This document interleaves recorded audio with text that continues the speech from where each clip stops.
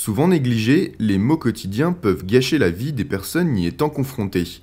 Jean-Marc, lui, les cumule depuis bon nombre d'années.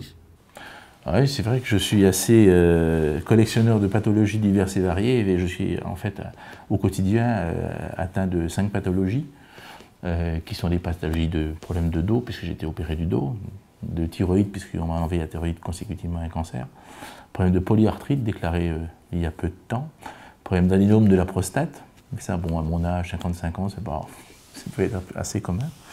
Et puis, oui, le cerise sur le gâteau d'apnée du sommeil depuis 2 ans, donc appareillé, consécutivement à des apnées du sommeil relativement importantes, puisque j'avais 50 arrêts respiratoires par heure.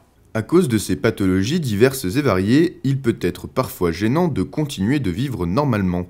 Ou par malchance, elles peuvent être la cause d'autres maladies.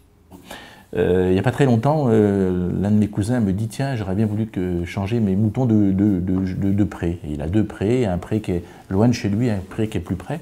Donc ben, on part ensemble, machin, pousser les moutons. Bon.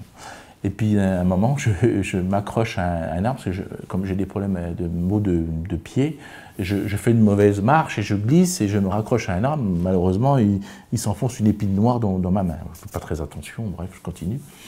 Et puis on range ses moutons, etc. Puis je rentre chez lui, puis je me mets à boiter. Mais je me dis, mais qu'est-ce qui se passe? Qu'est-ce que j'ai? Je lève mon pantalon, je me rends compte que j'ai un truc noir de fiché dans le mollet. Et avec mon cousin, on regarde un petit peu, mais il me dit, attends, tu te fais piquer par un tic. Bon, piqué par un tic, qui ne s'est pas piqué par un tic. C'est avéré que durant 2 jours, j'ai beaucoup boité. Et en allant voir mon médecin m'a dit, il ne faut pas rester avec ça, la maladie de Lyme, ça existe, c'est pas du flan. 3 semaines d'antibiotiques matin, midi et soir. Bon, j'ai pris mes antibiotiques, etc. Ensuite, on a fait une sérologie et on s'est rendu compte que j'avais la maladie de Lyme, par exemple. Être sans cesse contraint de prendre une quantité importante de médicaments ou être gêné pour effectuer des gestes de tous les jours, il en faut plus pour décourager Jean-Marc. Pesant psychologiquement et physiologiquement, ces maux ne l'empêchent pas de vivre, bien au contraire.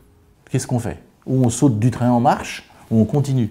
Moi, j'ai envie de donner. Malgré que j'ai ça, je pense que le fait de donner ou le fait de travailler, c'est quelque part oublier un petit peu tous ces problèmes journaliers. Je pense que lorsque je sors du travail le soir et que je rentre à la maison, c'est là que je me recroqueville un petit peu sur moi en vivant avec ce mauvais quotidien. Mais quand je sors de la maison pour aller à mon travail, c'est un autre investissement de ma journée et j'oublie un peu. C'est toujours là, c'est toujours latent, c'est toujours le petit mot, le petit machin, le petit mal de main, le truc, c'est là. Mais bon, ça faut oublier, je veux dire, c'est pour ça que c'est important de continuer à vivre, de continuer à vivre avec les autres. D'autant que moi j'aime beaucoup les autres et je participe à des tas de trucs, je fais dans l'associatif. Par exemple, au sein de l'université, j'ai monté une association de vélo. Je m'occupe du recyclage des déchets, je fais des tas de choses en dehors de mon travail, hein, qui font du bien aux autres et qui font du bien à moi aussi. Parce qu'à travers le fait de donner, on a l'impression d'exister peut-être un peu plus. Peut-être c'est ma générosité naturelle qui fait que, voilà. Donc ça aide beaucoup. Une réaction? Un témoignage? Commentez ce reportage sur dijonsanté.fr.